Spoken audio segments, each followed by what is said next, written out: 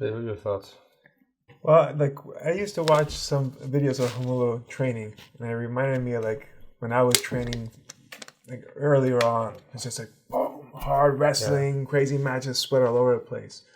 So I feel like that's how I trained when I was younger. Like if I try to train like that now every day, I would fall apart. I think just from age. Yeah. But I think when you're it's a thing. Yeah. It's real. But I think when you're young and you have the recovery ability, you have to take advantage of it. You gotta push that envelope a bit so you can get the most out of your body. Yeah, after a while, you have a lot of experience as well, right? So I think when you're young, you don't have like all this experience, so you can like keep training hard and recover faster. But after a while, you could like compensate that with all the experience you have, because of course your body not gonna take all that training.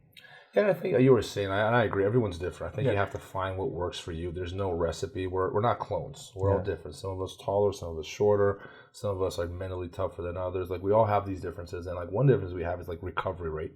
I know people that train once a day, and that's enough for them. Mm-hmm. And I know people that train 3 times a day, and that's what works for them. I always struggle with that because I always wanted to find what that perfect recipe was, and I never really found what that happy, perfect place was. But I do believe that if I could go back, what I would have done different would have been I would have taken recovery a little more seriously. I would have given myself more easier days, like every now and then, like half a day off. I feel like my performance increased when I gave myself a little break. Sometimes like that whole thing I did 2-3 times a day, full intensity. Sometimes I think the quality wasn't there. Okay, the intensity, I'm tired all the time, but the quality of the training was losing a little bit. But it's a very thin line to tread. It's not an easy problem to solve. Yeah. Because then I don't know if you guys study altitude training or whatnot, but the theory behind altitude training is if you sleep or you live in high altitude, that your blood produces more hemoglobin, you're able to absorb more oxygen, gives you more cardio, in simple terms. And a lot of people mistake that for thinking, I should train at high altitude. Yeah. But what actually happens is that you have limited oxygen at high altitude, so you can't train as hard. It's like trying to train hard and you haven't eaten in 2 days. Mm-hmm. So it's like your output's weaker.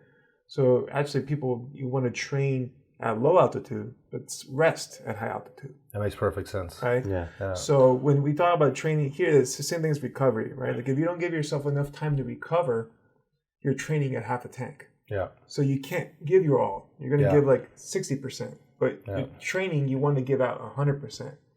So there's sometimes people tell me, I train 8 hours a day.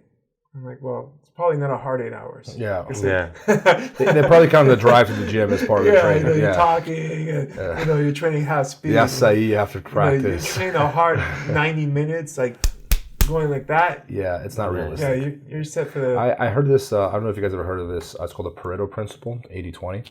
And you basically, what these guys discovered is that people were peaking when they were training. The 20% of the time, they were going beyond the threshold as hard as you possibly can.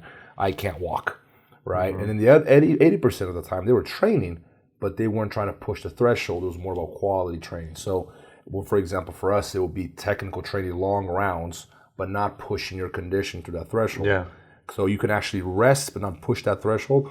And then when the 20% of the time, you're going like, okay, I can't even walk. So you were doing this when you trained, right? And that way they're actually getting more out of people's conditioning because every time you train, you rest, right? And then the 20% you peak, you're actually getting more out of it.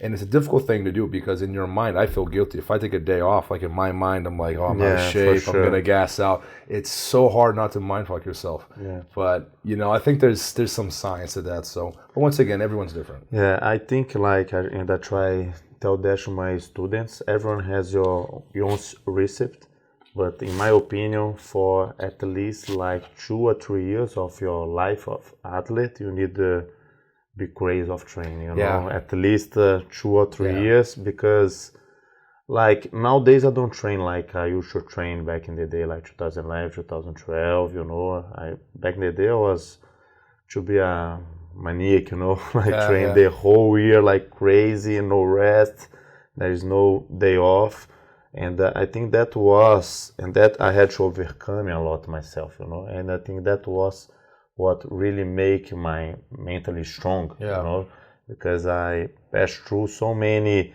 difficult situations, and I had two options: or I break mentally, or I become like really strong mentally, you know. And I think I become strong mentally because of that time, you know. Absolutely. So I think like for nowadays the level is really high. Like everyone train really hard. Everyone has eat good. Everyone do physical training. So for like you said, everyone has your own recipe, but at least 2 or 3 years of your athlete life of athlete, you need to really put that work and pass through this